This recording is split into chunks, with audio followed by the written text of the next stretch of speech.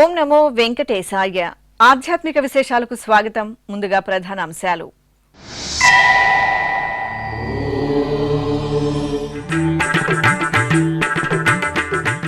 పల్లకి ఉత్సవంలో శ్రీ వరాహలక్ష్మీ నృసింహుని వైభవం. సింహాచల క్షేత్రంలో ఘనంగా అధ్యయనోత్సవాలు.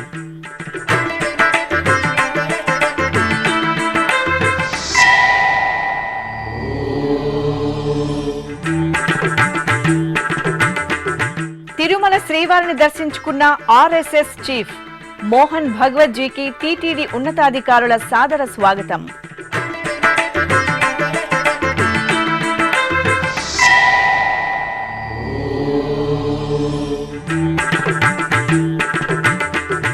అభిషేక ద్రవ్యాల్లో శ్రీ వేణుగోపాలుని అభయ ప్రదానం.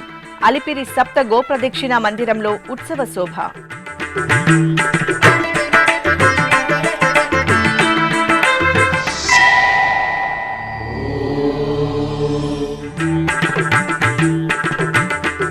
తిరుమలలోని పలు ప్రాంతాలలో టీటీడీ అదనపు ఈవో తనిఖీలు. వైకుంఠ ఏకాదశి ద్వాదశి సందర్భంగా అధికారులకు సూచనలు.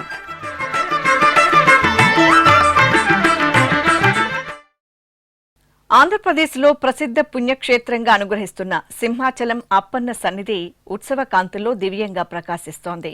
సింహాచలం శ్రీ వరాహ నృసింహ స్వామివారి ఆలయంలో అధ్యయనోత్సవాలలో భాగంగా పగల్పత్తు ఉత్సవాలు ఎంతో విశేషంగా జరుగుతున్నాయి.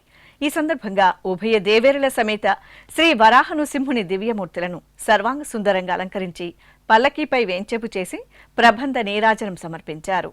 అనంతరం మేళతాళాలు, మంగళ వాయిద్యాల నడుమ స్వామి అమ్మవార్లకు పల్లకీ సేవ నయనానందకరంగా జరిగింది.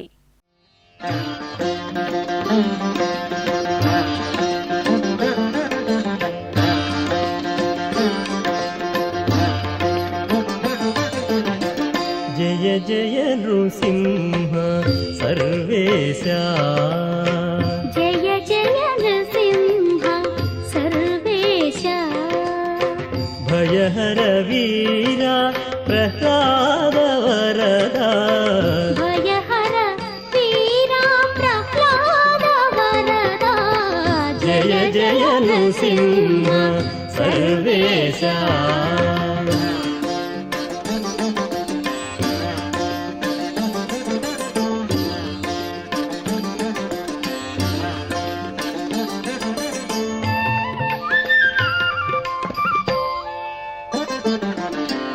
మిహిరశసి నయన మృగనరవేష, బహిరంతస్థల పరిపూర్ణ,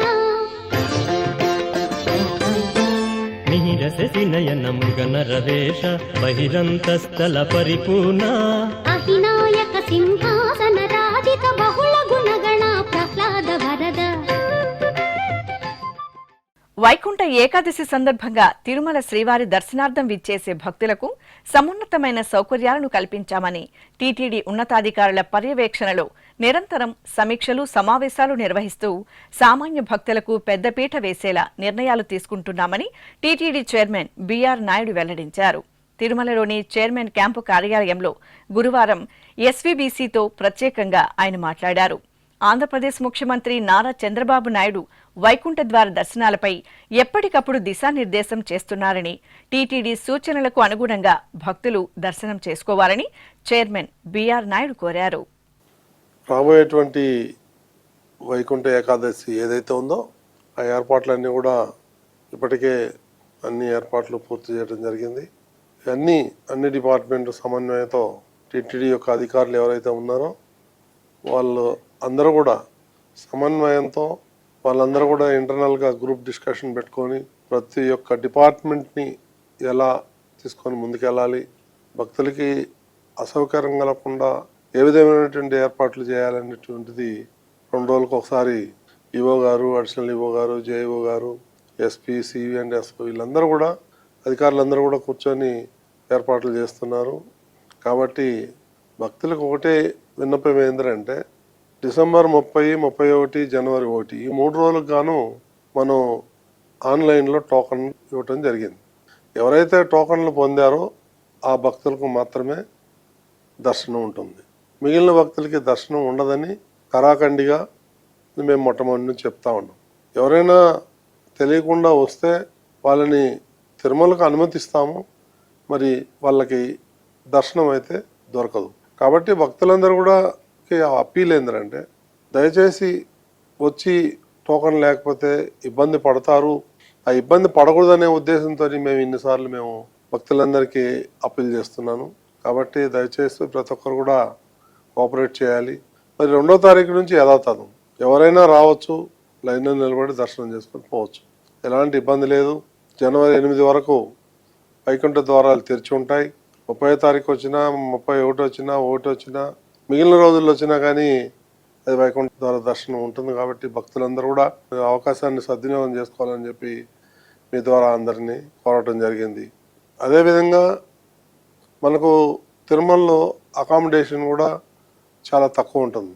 కాబట్టి ప్రస్తుతం తిరుమలలో చలి విపరీతంగా ఉంది. భక్తులు అకామిడేషన్ లేకుండా కూడా వస్తే కొంత ఇబ్బంది పడతారు ఆ చలిలో. కాబట్టి దానికి అన్ని విషయాలు మీరు కూలంకషంగా ఏర్పాట్లు చేసుకొని చర్చించి మీరు తిరుమలకు రావాల్సిందిగా భక్తులందరినీ కోరటం జరుగుతూ ఉంది.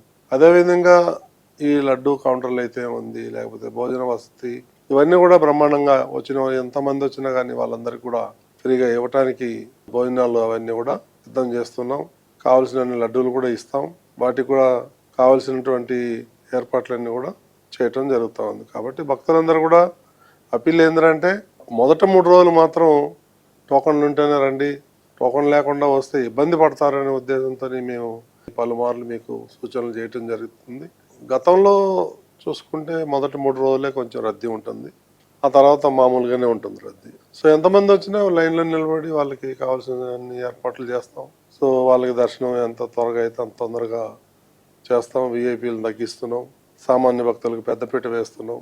కాబట్టి ఈ జాగ్రత్తలన్నీ తీసుకుంటున్నాం. ప్రతిరోజు ముఖ్యమంత్రి గారు కూడా దీని మీద ఆరాధిస్తున్నారు. ముఖ్యమంత్రి గారి ఆదేశంతో 3 మంత్రులతోని సబ్ కమిటీ వేయటం జరిగింది. వాళ్ళు కూడా మాతో చర్చిస్తున్నారు. ఏది బెస్ట్ వే, భక్తులకి ఇబ్బంది కలగకుండా ఉండాలి అనేటువంటిది ఆలోచన చేసి తీసుకున్న నిర్ణయాలు ఇవన్నీ కూడా నేను ఒక్కడే తీసుకున్నది కాదు, సమిష్టిగా తీసుకున్న నిర్ణయం. ప్రతి ఒక్క భక్తులు కూడా మాకు సహకరించాలని చెప్పేసి మీ మీడియా ద్వారా నేను భక్తులకు కోరుతున్నాను. ఓం నమో వెంకటేశాయ. తిరుపతి అలిపిరి పాదాల మండపం సమీపంలో నెలవైన టీటీడీ శ్రీ వెంకటేశ్వర సప్త గోప్రదక్షిణ మందిరంలో శుక్రవారం ఉదయం శ్రీ వేణుగోపాలునికి అభిషేకోత్సవం కనుల పండుగ జరిగింది. సర్వదేవత స్వరూపమైన పవిత్ర గోమాతల మధ్య సుందరంగా కొలువుదీరిన గోపాలునికి అర్చకులు సంకల్ప పూజలతో సకల ఉపచారాధనను పూర్తి చేశారు. అనంతరం వేద మంత్రోచ్చరణల నడుమ మోహనరూపుడు శ్రీ వేణుగోపాలునికి పంచామృతాలు, పసుపు, కుంకుమ, చందనాది జలాలతో సంప్రదాయబద్ధంగా అభిషేకాలను నిర్వహించారు. అనంతరం అలంకరణలు పూర్తి చేసి హారతులు అందజేశారు.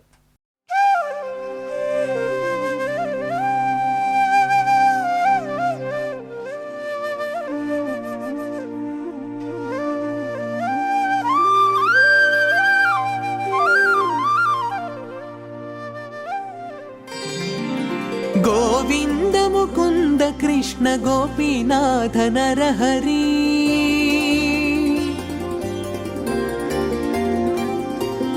గోవింద ముకుంద కృష్ణ గోపీనాథ నరహరి, పువ్వుగలు గగ పిందె పుట్టె నింతెగాక గోవింద ముకుంద కృష్ణ.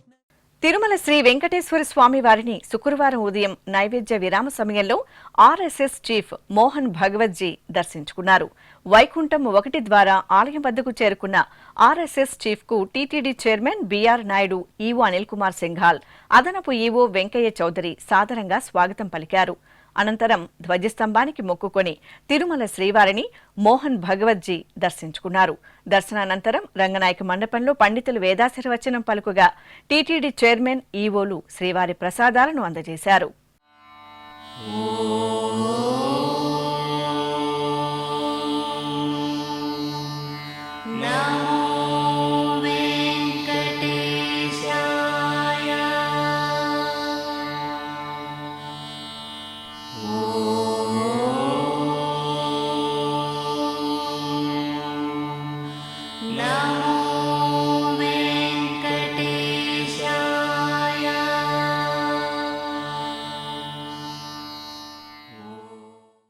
ఇక శ్రీవారి దర్శనార్థం గురువారం రాత్రి తిరుమలకు చేరుకున్న ఆర్ఎస్ఎస్ చీఫ్ మోహన్ భగవత్జీ శ్రీ తరిగొండ వెంగమాంబ అన్నప్రసాద కేంద్రంలో అన్నప్రసాదాన్ని స్వీకరించారు. ఆర్ఎస్ఎస్ చీఫ్ తో పాటు టీటీడీ చైర్మన్ బీఆర్ నాయుడు, అదనపు ఈవో సిహెచ్ వెంకయ్య చౌదరిలు అన్నప్రసాదాన్ని స్వీకరించారు. ఈ సందర్భంగా ఆర్ఎస్ఎస్ చీఫ్ మోహన్ భగవత్జీ టీటీడీ భక్తులకు సేవలు అందించడంలో అగ్రగామిగా ఉంటూ హిందూ దేవాలయాలకు ఆదర్శంగా నిలుస్తోందని ప్రశంసించారు. శ్రీ కల్కి వెంకటేశ్వరుడు అశ్వవాహనంపై అనుగ్రహించారు. అనకాపల్లి జిల్లా నక్కపల్లి మండలంలోని ప్రసిద్ధ ఉపమాక శ్రీ వెంకటేశ్వర స్వామివారి దేవాలయంలో ధనుర్మాసోత్సవాలు ఘనంగా జరుగుతున్నాయి. ఉత్సవాలలో భాగంగా అర్చకులు శ్రీదేవి భూదేవి సమేత స్వామివారిని సర్వాంగ శోభితంగా అలంకరించి అశ్వవాహనంపై వేంచేపు చేసి ప్రత్యేక పూజల సహితంగా దివ్య ప్రబంధ నీరాజనం సమర్పించారు.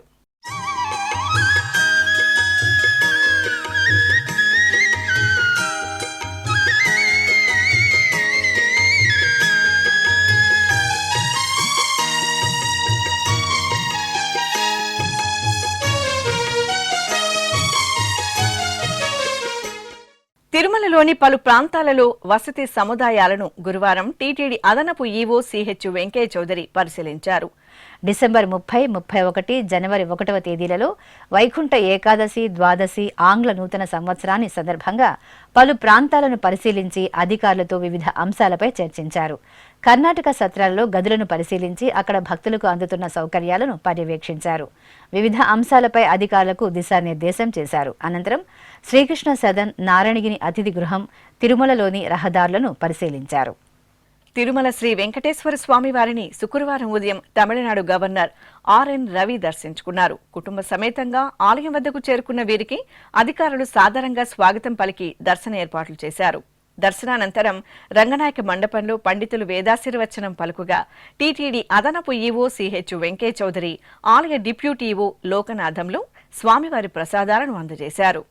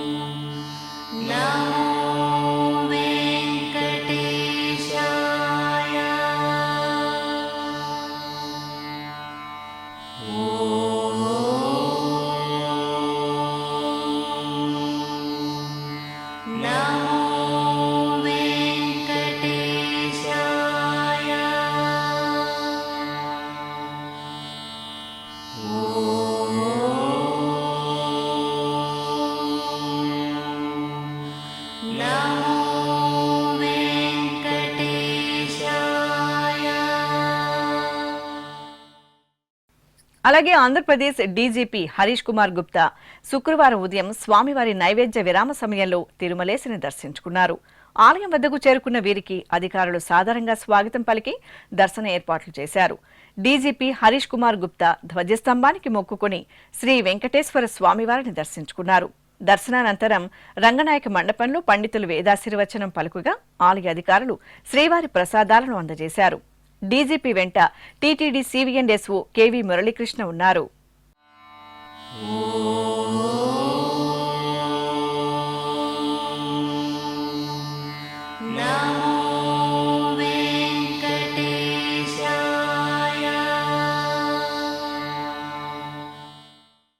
తిరుమల, తిరుపతిలలో ధనుర్మాస విశేష కైంకర్యాలు ఘనంగా జరుగుతున్నాయి.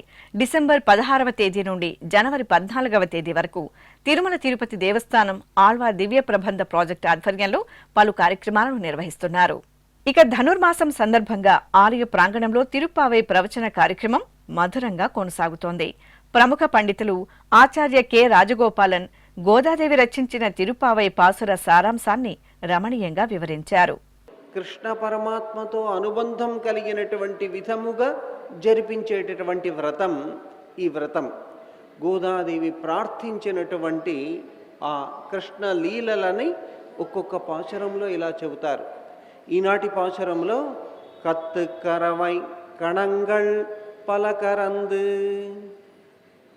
బృందావనంలో ఉన్నటువంటి విశేషాలన్నీ కూడా ఒక్కొక్క పాశురంలోనూ తెలియజేస్తున్నారు. ఈనాటి పాశురంలో బృందావనమంతా కూడా గో సంపద నిండి ఉన్నది, గో సమూహము బృందావనంలో ఉన్నది, లెక్కించడానికి వీలు లేనంత గో సమృద్ధి కలిగినటువంటి బృందావనాన్ని కీర్తించేటటువంటి పాశురం. ఆ గోవులని సంఖ్యాతం నైవ శక్యంతే అని చెప్పి చెబుతారు. అంటే 1, 2, 3 అని లెక్కించడానికి వీలు లేనన్ని గోవులు కలిగినటువంటి గోకులం అనంటే అదే శ్రీకృష్ణునికి ఎంతో ప్రీతికరమైనటువంటిది. గోకులములో ఉండేటటువంటి, బృందావనంలో ఉండేటటువంటి గోవులు లేగ దూడలు వీటన్నింటినీ కూడా సమావేశపరుచుకొని వాటి మధ్య కృష్ణ పరమాత్మ ఉంటూ అది తనకు ఎంతో ఇష్టమైనటువంటి సందర్భముగా కృష్ణుడు పేర్కొంటారు. తెల్లవారి లేవంగానే ప్రతి ఇంటిలో ఉన్నటువంటి ఆ గోపబాలిక ఆ ఇంటి కుమారుడికి, కొడుకుకి సద్దన్నం కట్టి ఇచ్చి గోవులని పంపి, లేగ దూడల్ని గోవులని మేతకు తీసుకుని వెళ్ళి మేయించుకొని తిరిగి తీసుకురమ్మని చెప్పి పంపిస్తే యశోదమ్మ తల్లి కూడా కృష్ణుడికి సద్దన్నం మూట కట్టి ఇచ్చింది. అలా ఒక్కొక్క గోపబాలుడి యొక్క ఇంట ఉన్నటువంటి కొన్ని పదుల సంఖ్యలో ఉన్న గోవులు, ఇలా అందరూ గోవులను తీసుకొని ఇటు ఈ ఇంటి నుంచి ఒక గో సమూహం, ఈ గోశాల నుంచి ఒక గో సమూహం, చిన్న చేతిలో చిన్న కర్ర పట్టుకొని ఆ కర్రకి ఒక కొసన సద్దన్నం మూట కట్టుకొని గోవులతో పాటు ఒక్కొక్క ఇంటి నుంచి గోపబాలకుడు బయలుదేరాడు.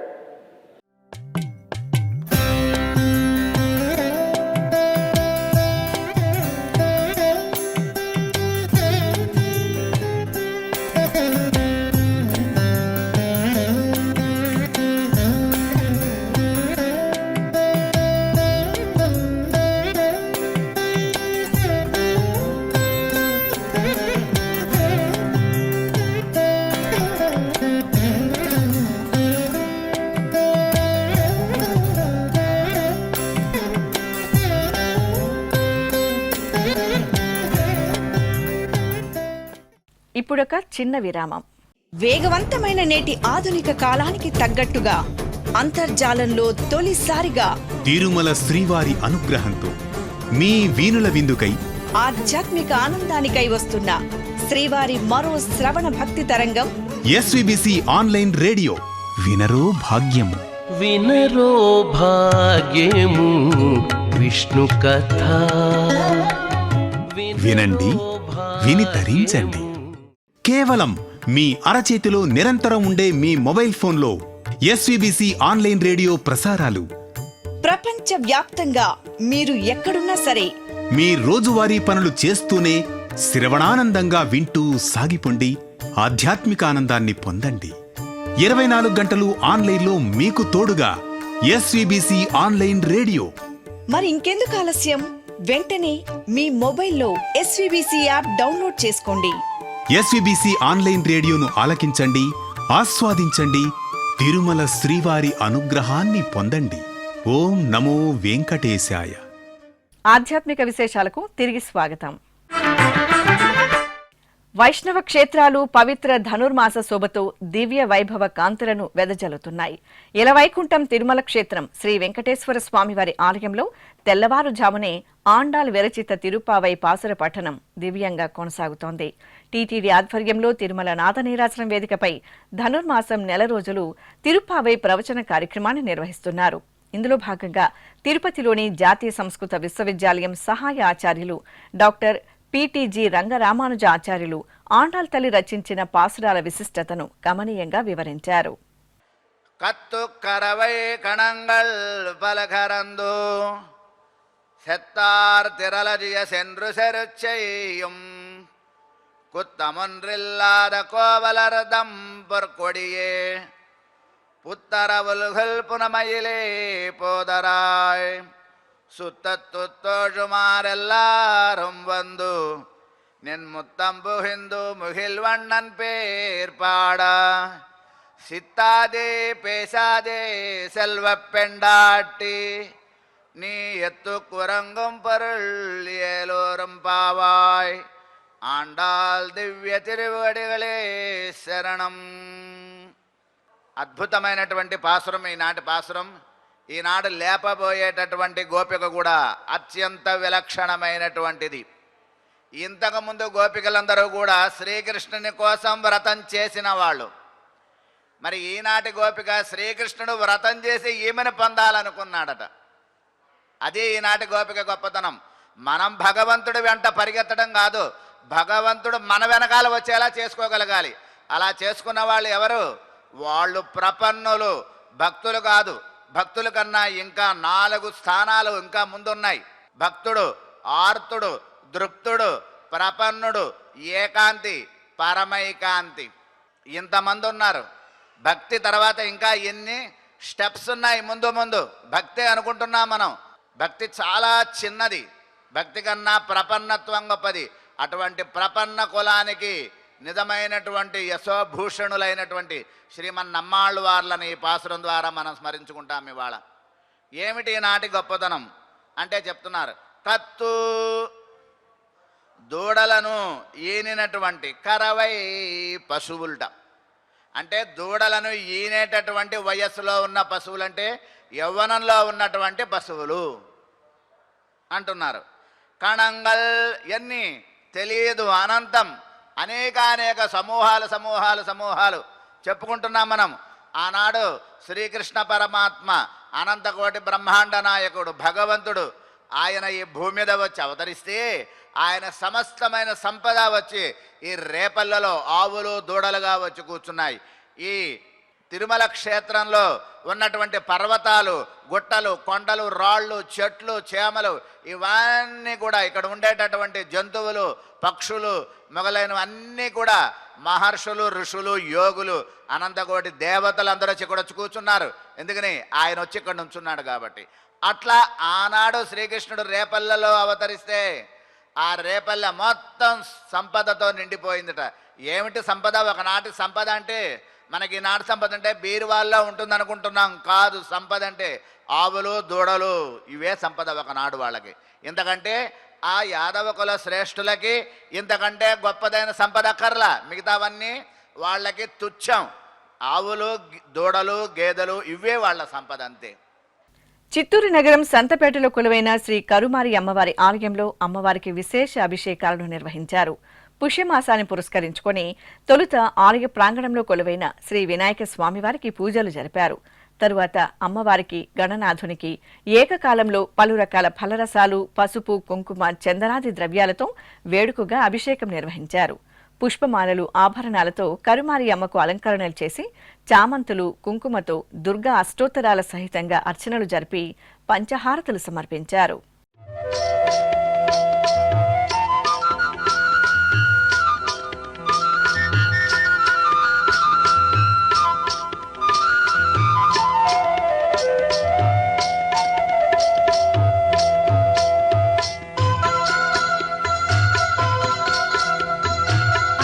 परमेश्वरि अखिलाण्डेश्वरि अगणित महिमा रूपिणि वे अनुपम दिव्य गुणैक सुधाम्बुधि आश्रित वत्सल वासवि वे श्री भुवनेश्वरि राजराजेश्वरि वेद सुमार्चित कन्यक वे कारण जन्ममुनोन्दिन श्रीकरि वैश्य कुलोद्भव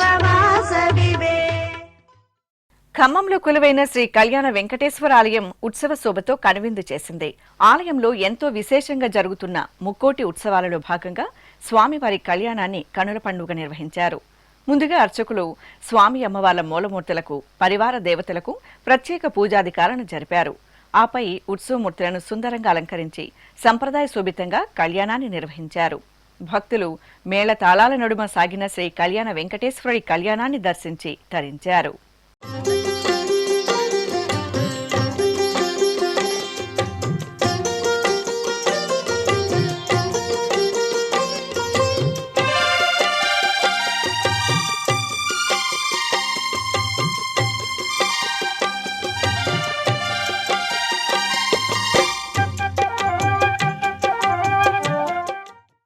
ఆధ్యాత్మిక విశేషాలు ఇంతటితో సమాప్తం. తిరిగి రాత్రి 10 గంటలకు ప్రసారమయ్యే ఆధ్యాత్మిక విశేషాల్లో మళ్ళీ కలుసుకుందాం. ఓం నమో వెంకటేశాయ.